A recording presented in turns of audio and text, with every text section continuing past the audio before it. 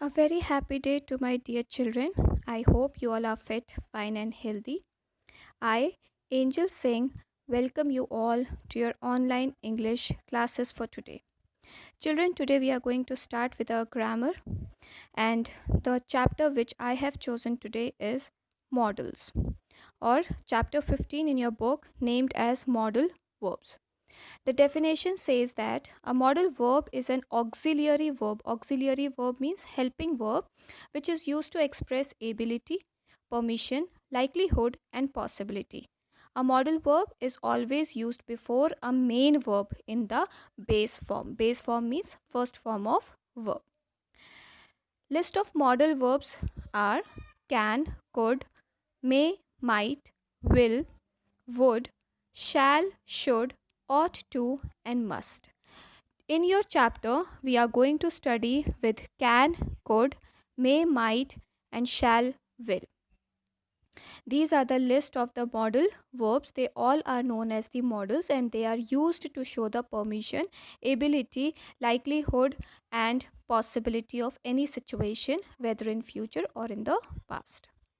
The structure of using the modal verbs is first subject, then modal verb, then main verb, and then the complement of the sentence. For example, I must go to sleep. So, I is your subject, must is your modal verb, which shows like likelihood. Okay, main verb is go, and it is the first form of verb, and the complement of the sentence is to sleep.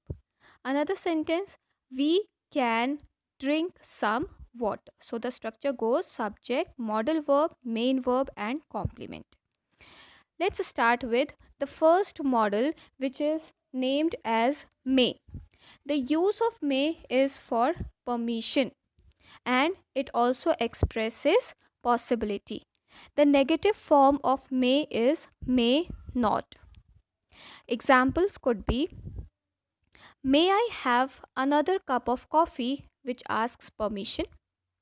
Possibility, I may finish my homework. So basically, children, may is used for taking permission in a very polite manner. You use may with your elders, with your teachers, with your boss, etc. There, if you want to seek permission, you'll say may, but it is not casual. For casual, you can ask with can. So, may is the formal word for taking permission, and possibility, I may finish my homework. So, it also tells the possibility. Next is might. Might is used to express possibility. Again, it differs from may in that the possibility it expresses is usually smaller. यानी कि मे की जो possibility है वो ज़्यादा 100% होने के उसके चांसेस हैं, बट माइट में वो चांसेस थोड़े से कम हो जाते हैं. All right, so example is, we would better phone tomorrow. They might be eating their dinner now. यानी कि पॉसिबिलिटी है कि हो सकता है कि इस समय वो लोग क्या कर रहे हो, डिनर कर रहे हो, इसलिए हम उन्हें कल कॉल करेंगे. They are not 100% sure of this possibility. Like if we are अगर हम घड़ी में टाइम देखते हैं, वी सी अगर 9 बज रहा है या 8:30 हो रहा है या 9 हो रहा है, तो it is mostly dinner time of everybody, but not all. Some people like to take dinner at 7, some people like to take dinner after 10.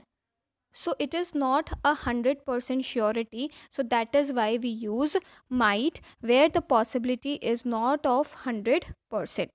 The negative of might is might not. Might is used as the past form of may for permission. So may is the present and might is the past form. Next is your can. Again, the usage of can, it expresses ability or possibility. Impossibility, asking for permission, and request. So can is used to express ability, request, permission, or possibility. We can also express permission. It is more polite to say may instead of can, as I have already told you कि जब भी आप अपने बड़ों से permission ले रहे हैं या टीचर से परमिशन ले रहे हैं या अपने बॉस से परमिशन ले रहे हैं, then you have to use may because it is more polite than can. Examples are they can control their own work. It is their ability also and possibility. Impossibility, which means the negative form of can, will be can't or cannot. We can't fix it. Asking for permission, can I bring here? Request, can you help me? So this is a casual word, or in other words we can say can is your informal, whereas may is your formal. Can't also expresses the lack of permission as it is given. For example, you can't leave early. आपको permission नहीं दी गई है जल्दी जाने की. Okay. The next one is could. Could is the past tense of can. Again, the usages are for permission, request, possibility, and future ability. So it functions as the past tense of can. It is used in place of can to express willingness in a formal situation. It replaces can and gives the phrase a more conditional tone. It suggests that something is a possibility. For example, for permission, could I borrow your dictionary? Request, could you say it again more slowly? Possibility, I think we could have another tea. Future ability, I wish Kendrill could meet me next week. He gave up his old job so he could work for us. So these all are the usages or the functions of could, which expresses the past ability. It expresses request more politely than can. ठीक है, तो means can जो है वो सबसे ज़्यादा casual है. Can say थोड़ा सा और पोलाइट होना है आपने, you can use could. If you want it more polite then you can use may. It also expresses the conditional ability. It expresses the possibility. Here, the negative form of could is couldn't, which expresses the lack of permission in the past. And also couldn't expresses negative possibility in the past. Keep it in mind, everything is in the past when you use could. Okay, nothing is in future, nothing is in present, everything is in the past when you use could. So again, a quick revision for could: permission, request, possibility, future ability. Next is shall. While we were discussing our tenses, the formula which we discussed was with will and shall, and we discussed that shall is used with I and we. But at that time also, children, I told you that while we study models, the situation can change. So shall is used to express the future action. It is also used to express promise, certainty, or command about a future action.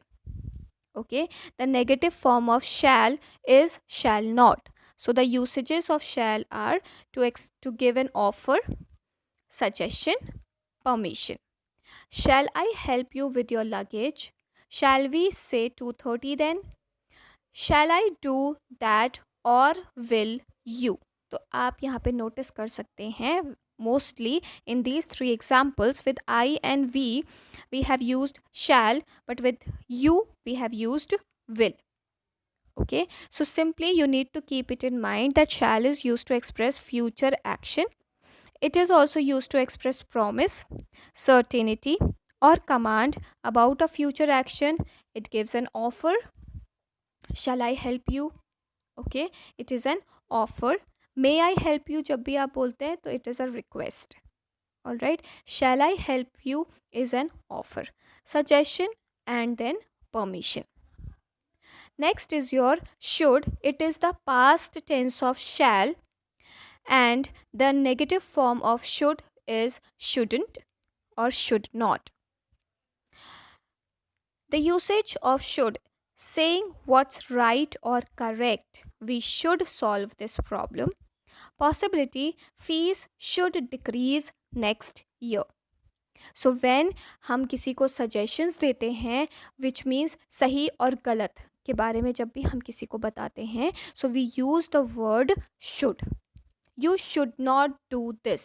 If we say this, so which means we are telling the person whether it is good for him or whether it is bad for him. So if I say you should not do it, it means that in another way I don't want you to do it. Okay, and in it is an obligation for you to follow my orders. It is in simple form, we can say it is giving orders in between whether it is good or not. Possibility. Next, it tells you the possibility fees should decrease next year. तो fees क्या है, अगले साल कम होनी चाहिए. Okay, again we are imposing or we want it to be decreased. We are not giving here any options. The next one is will. It is used to give decisions. It is used to give an offer. It is used to give an promise. So will is used when you offer or volunteer to do something in the future, or when you are deciding at the time of speaking to do something in the future. Okay, for example, I can't see any taxis, so I will walk. It is a decision कि मुझे कोई भी taxi नहीं दिख रही है तो मैं क्या करूँगा, मैं पैदल चल लूँगा. For offer, I will do that for you if you like. Again it is an offer, I will do that for you. Means with the offer is that अगर आप किसी को ऑफर करते हैं, sometimes you have such options that whether you yourself will be able to complete it or not. But if you are using will, it means that you are 100% sure that you will be able to complete it. Shall अगर आप use करते हैं तो it is 50-50% chance. Then promise, I'll come back on Monday. So if you are giving 100% promise, then again you use will, that I will come back on Monday. The negative of will is will not, or the contraction will be won't. So we will not buy such an expensive car. So it is a decision. We won't help you with the work. Again, it is a decision with negative. So children, a quick review of the models. These are the auxiliary verbs which are used in the base form before your main verb. And today we discussed can, could, may, might, shall, will, and should. They all express your ability, permission, likelihood, and possibility. Okay, we also discussed the negative form of them. Can, negative form is cannot, could not, shall not, will not, may not, might not, etc. Okay, so these all are helpful for making in which we are using to express something or the ability of person or the subject in the sentence. They are used in the base form. The structure of using will be your subject first, then modal verb, then main verb, and then the complement of the sentence. So I hope children you like the video. Thank you so much. God bless you all. Take care.